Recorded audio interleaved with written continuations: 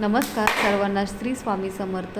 भगवान शिव हे अत्यंत भोळे देव मानले जातात, म्हणूनच त्यांना भोळा शंकर आपण म्हणतो. ज्या घरामध्ये भगवान शंकराची पूजा नियमानुसार केली जाते तेथे शुभ आणि समृद्धी वास करते. महादेवाच्या कृपेने त्या घरामध्ये सदैव सुख समृद्धी नांदत असते अशी मान्यता आहे. भगवान शिव लवकर प्रसन्न होतात. भगवान शिवाचे भोळ्या स्वभावामुळे भक्तांना ते सदैव सुखी ठेवतात. परंतु भगवान शिव यांना क्रोध देखील लवकर येत असतो. त्यामुळे भगवान शिवाच्या पूजेमध्ये चुका करणे टाळावे. म्हणून भगवान शिवाच्या पूजेच्या विशेष नियम कोणते आहेत ते आज आपण या व्हिडिओमध्ये जाणून घेणार आहोत. तर हा व्हिडिओ तुम्ही नक्की पूर्ण बघा.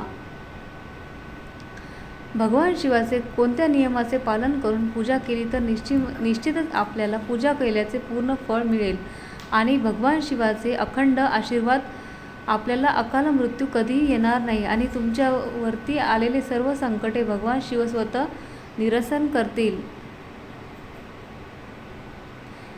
शंकराच्या साधकाच्या जीवनात कधी विस्मरण, दुःख, दुर्दैव येत नाही. आपल्या आयुष्यात जर आपण एखाद्या समस्येला तोंड देत असू तर भगवान शंकरासारखा दुसरा पर्याय असू शकत नाही. भक्ताने महादेवाची आरती आणि कथा वाचणे आवश्यक आहे. त्याचबरोबर महादेवाच्या मंत्राचाही जप करावा. तुम्ही भगवान शंकराच्या अनेक मंत्राचा जप करू शकता.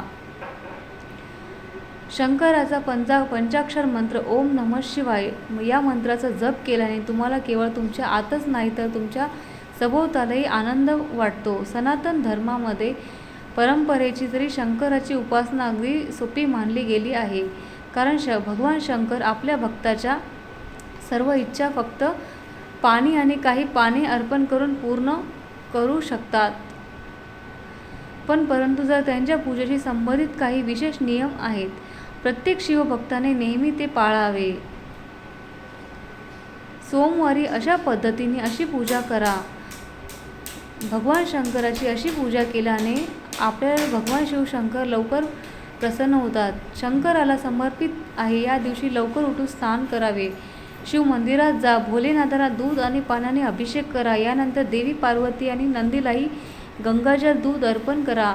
भगवान शंकर यांना धोत्रा, बेलपत्र इत्यादी अर्पण करा. तूप आणि साखरेपासून बनवलेली एखादी वस्तू भगवान शंकराला प्रसाद म्हणून अर्पण करा. नंतर शिव आणि चालीसा म्हणा, आरती करा. असे म्हटले जाते की या दिवशी पती पत्नीने एकत्र पूजा करावी. यामुळे त्यांचे जीवन आनंदी राहते.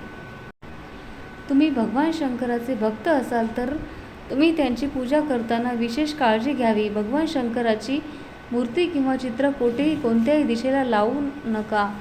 तर घराच्या ईशान्य दिशेला आपल्या पूजेचे स्थान नक्की बनवा आणि पवित्रतेने ठेवा. दररोज त्यांची पूजा अर्चा करा. नेहमी लक्षात ठेवा की शिवलिंग हे साधनेसाठी आहे, तुमच्या घराची शोभा वाढवण्यासाठी नाही.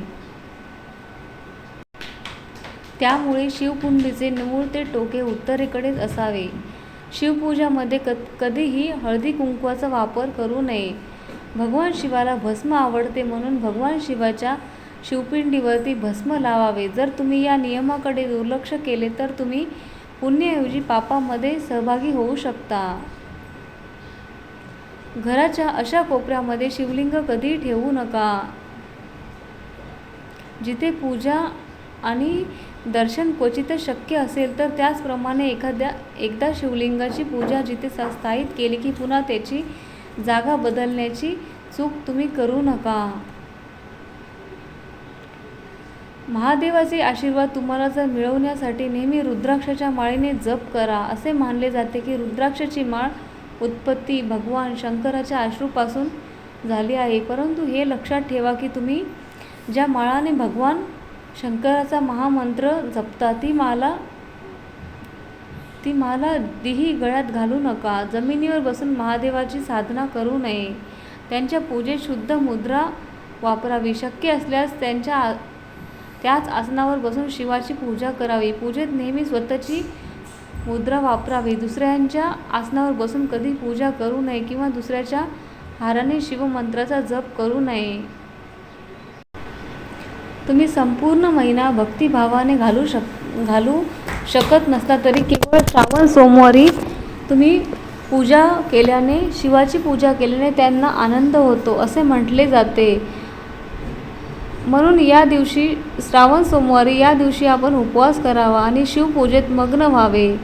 भगवान शिवाला अतिशय प्रिय असलेले बेलपत्र आणि शमीपत्र अर्पण करण्याचेही नियम आहेत. बेलपत्र हे नेहमी स्वच्छ असावे, त्याला कुठेही छिद्र नसावे. छिद्र असलेले बेलपत्र शिवपिंडीवर अर्पण करू नये. जर तुमच्याकडे कमी बेलपत्र असतील तर तुम्ही जेवढे आहेत तेवढेच अर्पण करावे. मात्र छिद्र असलेले बेलपत्र कधी अर्पण करू नये. स्वच्छ आणि सुंदर असलेले बेलपत्र शिवपिंडीवर अर्पण करावेत. जेव्हा तुम्ही भगवान शिवाची पूजा कराल तेव्हा बेलपत्र आणि शमीपत्र तुम्ही शुद्ध पाण्याने धुवून देठाचा जाड भाग, ज्याला वज्र म्हणतात, तो तोडूनच शिवलिंगावरती पान उलटे अर्पण करा. शिवाच्या पूजेमध्ये कधी मावळलेली फुले अर्पण करू नका. शिवाच्या पूजेमध्ये नेहमी ताजी फुले अर्पण करा आणि दुसऱ्या दिवशी गंगेच्या शुद्ध पाण्याने आंघोळ करून शिळी फुले काढून टाकावीत.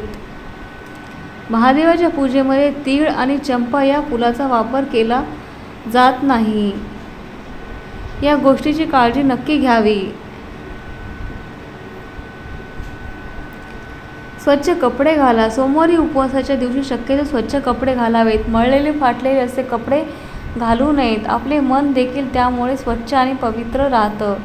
दिवसभर ओम नमः शिवाय, ओम नमः शिवाय या मंत्राचा जप करावा. पूजा साहित्य आणि पद्धत: शिवलिंग या मूर्तीची स्थापना करा आणि त्यावर पंचामृत, गंगाजल, दूध, दही, तूप, मध या साखरेचा अभिषेक करा. बेलपत्र शुद्ध धुवून घ्या. अक्षता, फळे, चंदन, मिठाई अर्पण करा. ओम नमः शिवाय या मंत्राचा जप करा. 108 वेळा जप करा.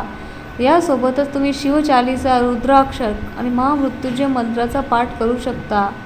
उपवास पाळणे: दिवसातून एकदाच खाणे, फळाचे आहार घेणे किंवा पूर्ण दिवसभर उपवास करणे. दिवसभर शिवभक्ती बाळगा. सत्य बोला, संयमी राहा. मांस, मटण, मद्यपान करू नका. यामुळे आपल्यामध्ये नकारात्मकता प्रवेश करते. संध्याकाळी दिवा लावा आणि आरती करा. श्रावण सोमवारची कथा ऐका किंवा वाचा.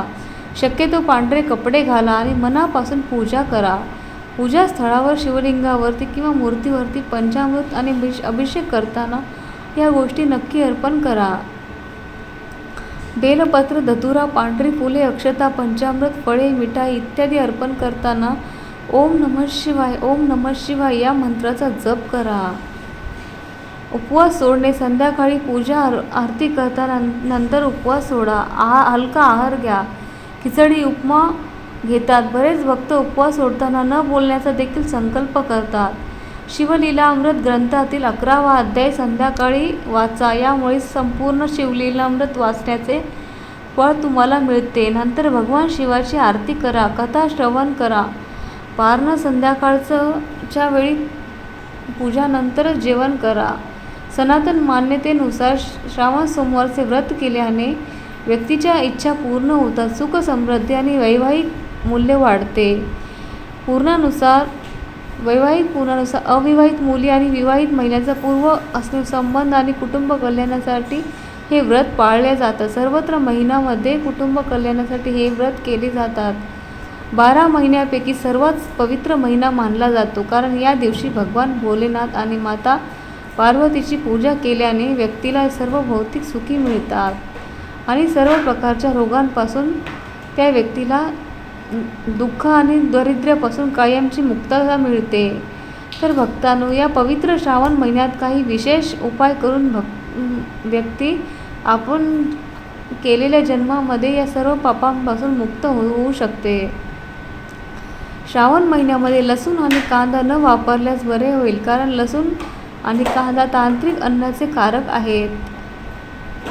भगवान शिवाला, भोलेनाथाला साखरेचे गोड पदार्थ किंवा मनुका अर्पण करू शकता.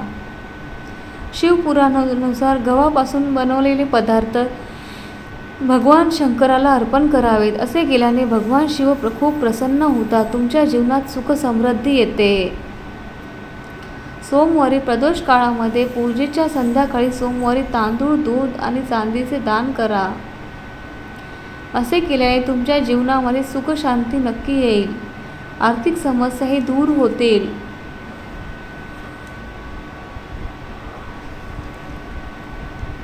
कर्जांपासून मुक्ती मिळवायची असेल तर सोमवारी शिवलिंगावरती पाण्यात तांदूळ मिसळून अर्पण करा. असे केल्याने कर्जाच्या समस्यापासून मुक्ती मिळते. सोमवारी दान करणे शुभ असते. पांढरे कपडे, फुले, धान्य, मिठाई, दूध, दही, साखर, मिठाई यासारख्या पांढऱ्या रंगाच्या वस्तूचे सोमवारी दान करावे. यामुळे जीवनातील कष्ट दूर होतात. सुखी वैवाहिक जीवनासाठी सोमवारी शिव मंदिरात रुद्राक्ष दान करावे. हा उपाय केल्याने पती पत्नीच्या जीवनामध्ये नात्यात गोडवा येतो. सोमवारी शिवलिंगावर दुधात केशर मिसळून अर्पण करा. ओम नमः शिवाय या मंत्राचा जप करा. हा उपाय केल्यास वैवाहिक जीवनामधील अडथळे दूर होतात आणि सौभाग्य प्राप्त होते. भगवान शिवाच्या पूजेत या चुका मुळीच करू नका, अन्यथा पूजा केल्याचे फळ तुम्हाला मिळणार नाही. विशेष म्हणजे लक्षात ठेवा की श्रावण महिन्यामध्ये भगवान भोलेनाथाची पूजा मनोभावे केल्यानंतर कधी नाशपती अर्पण करू नये. देवी पार्वती यांना कधी नाशपती अर्पण करू नये. यामुळे भगवान शंकर खूप क्रोधित होतात. यामुळे संपत्तीचा नाश होतो, कारण या फळाचे नाव नाशपती आहे. कधीही काळे कपडे परिधान करून भगवान शिवाची पूजा करू नये. यामुळे भगवान शिव अत्यंत क्रोधित होतात आणि आपल्यालाही वाईट परिस्थितीचा सामना करावा लागतो. म्हणून काळा रंग वर्ज्य आहे. शंख आणि तुळशीशिवाय भगवान विष्णूची पूजा अपूर्ण मानली जाते. त्या पवित्र शंख आणि तुळशीचा उपयोग भगवान शिवाच्या पूजेमध्ये मात्र चुकून करू नका. शिवपूजेमध्ये या दोन्ही गोष्टी निषिद्ध आहेत. भोलेनाथाला प्रसन्न करायचं असेल तर सोमवारी व्रत अवश्य ठेवा. सोमवारी व्रत केल्याने मनोकामना पूर्ण होतात आणि प्रलंबित कामं पूर्ण होतात. जर तुम्ही कडक उपवास ठेवू शकत नसाल तर तुम्ही दिवसातून एकदाच फळे खाऊ शकता किंवा मीठ नसलेले पदार्थ तुम्ही खाऊ शकता. हा माहितीपूर्ण व्हिडिओ तुम्हाला कसा वाटला? जर व्हिडिओ आवडला असेल तर व्हिडिओला लाईक करा, शेअर करा आणि चॅनलला सबस्क्राईब करा आणि कमेंट बॉक्समध्ये श्री स्वामी समर्थ आणि हर हर महादेव लिहायला विसरू नका. श्री स्वामी समर्थ. व्हिडिओ पूर्ण पाहिल्याबद्दल धन्यवाद.